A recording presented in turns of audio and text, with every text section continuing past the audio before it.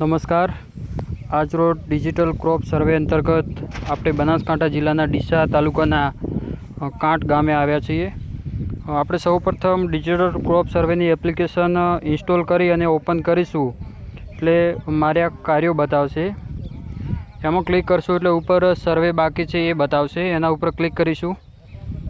ત્યારબાદ આપણે જે સર્વે નંબર ઊભા છીએ એ સર્વે નંબરની આપણને ખબર હોય તો ઉપરથી સર્ચ કરીને આપણે ડાયરેક્ટ એ સર્વે નંબર લઈ લઈશું। અને જો સર્વે નંબરની આપણને ખબર ના હોય કે આ કયો સર્વે નંબર છે તો કોઈ પણ સર્વે નંબર ઉપર આપણે ક્લિક કરી અને સર્વે નંબર એની આજુબાજુમાં કયા સર્વે નંબરો છે અને આપણું લોકેશન કયું બતાવે છે એ બતાવશે, જેના આધારે આપણે સર્વે નંબર પસંદ કરી શકીશું। અત્યારે આપણે 579 સર્વે નંબર ઉપર ઊભા છીએ તો 579 નાખી અને આગળ વધીશું। સર્વે શરૂ કરો। ત્યારબાદ આપણે કઈ જગ્યાએ ઊભા છીએ એનું લોકેશન બતાવી દેશે અને એ સર્વે નંબરનો કેટલો વિસ્તાર છે એ બ્લુ ટિકથી આપણને બતાવી દેશે। ત્યારબાદ આગળ વધો। કણબી લાલજીભાઈ કોનજીભાઈ કે જેમનું આ ખેતર છે અને એ ખેતરનો વિસ્તાર છે 1.5815 1 હેક્ટર 58 ગુંઠા। આગળ વધીશું। બિન ખેતી હેતુ માટે જમીનનો ઉપયોગ થાય છે તો કે ના, આગળ વધીશું।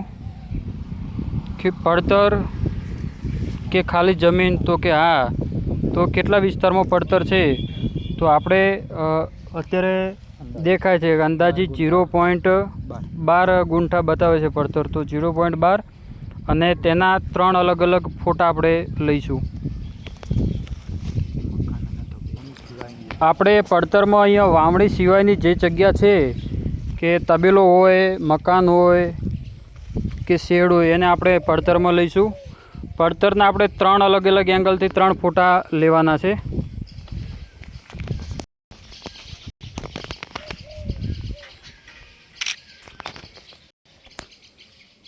એક ફોટો,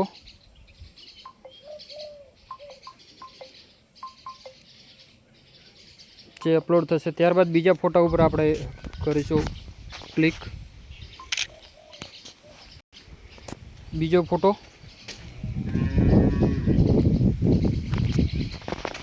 ત્યારબાદ આપણે ત્રીજો ફોટો લઈશું જે બોર અને ટાંકું છે।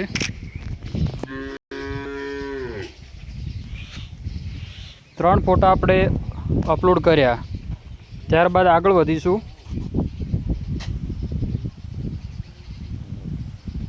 અહીંયા હાર્વેસ્ટ પાક કરેલો છે કે નહીં તો આપણે જોઈએ છીએ કે અહીંયા મગફળીનો પાક છે જે અત્યારે આપણને ખેતરમાં ઊભો છે તો હાર્વેસ્ટ કરેલો છે તો કે ના, નેક્સ્ટ આગળ વધીશું। પેરેલિયર પાક, પેરેલિયર એટલે બહુ વર્ષાયું, જેમ કે દાડમ છે, બાગાયતી પાકો એ હોય તો યસ અને ના હોય તો નો કરવાનું। ત્યારબાદ બેન્જિયલ પાકમાં 2 વર્ષાયું, જેમ કે શેરડી છે, પપૈયું છે એ હોય તો યસ કરવાનું, ના હોય તો નો કરી અને આગળ વધવાનું। ત્યારબાદ સિઝનલ કે સિઝનલ પાક અત્યારે યસ, આપણે મગફળી સિઝનલ પાક કહેવાય તો એના ઉપર આપણે એડ ક્રોપ સિઝનલ, તો પાકનું નામ ગ્રાઉન્ડનટ ગ્રાઉન્ડનટ। પછી crop variety hybrid, enter sewing date, તો વાવેતર ડેટ છે એ આપણે આપણા ખેડૂતના કહેવા મુજબ 23 જૂન છે, ઓકે કરીશું। ત્યારબાદ વિસ્તાર છે, અહીંયા આપણે બચ્યો વિસ્તાર છે 1 હેક્ટર 46 ગુંઠા, તો આપણે બાકીનો જે વિસ્તાર છે એ પૂરેપૂરો આપણે ખેતી લાયકમાં બતાવી દઈશું। ઇરિગેશન ટાઈપ તો પીએચ છે, મગફળી છે એટલે અહીંયા ખેડૂત બોરવેલથી સિંચાઈ કરે છે।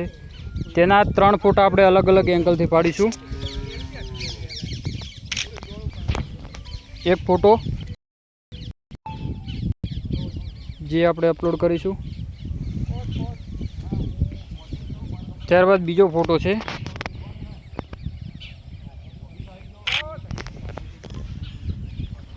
બીજો ફોટો આપણે અપલોડ કરીશું।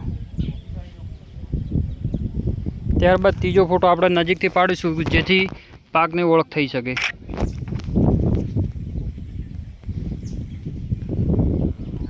આમ આપણે 3 ફોટા અપલોડ કર્યા। ત્યારબાદ એડ ક્રોપ ઉપર જઈશું please cap minimum 1 image.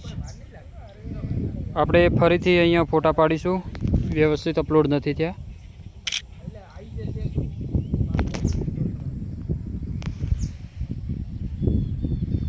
Upload કરીશું.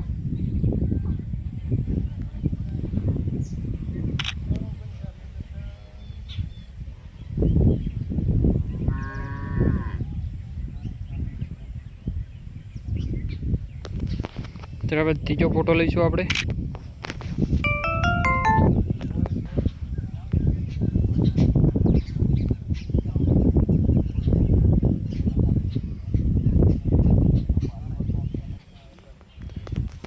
ત્યારબાદ ત્રીજો ફોટો પાડીશું આપણે.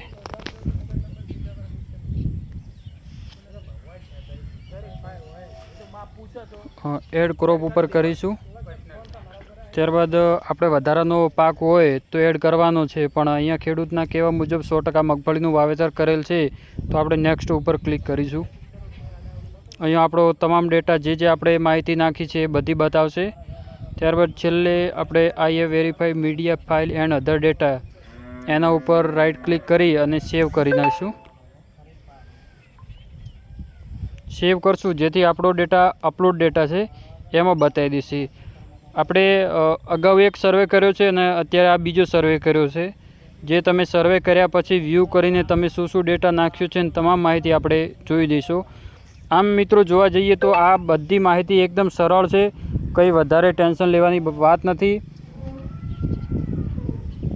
એક દિવસમાં મિનિમમ 80 થી 100 સર્વે આ રીતે થઈ શકે, કેમ કે આ સર્વે કરતાં લગભગ અમને 5 થી 7 મિનિટ લાગી છે. તો તમે પણ ઝડપી તમારો સર્વે પૂર્ણ કરી શકો છો. થેન્ક યુ, આભાર.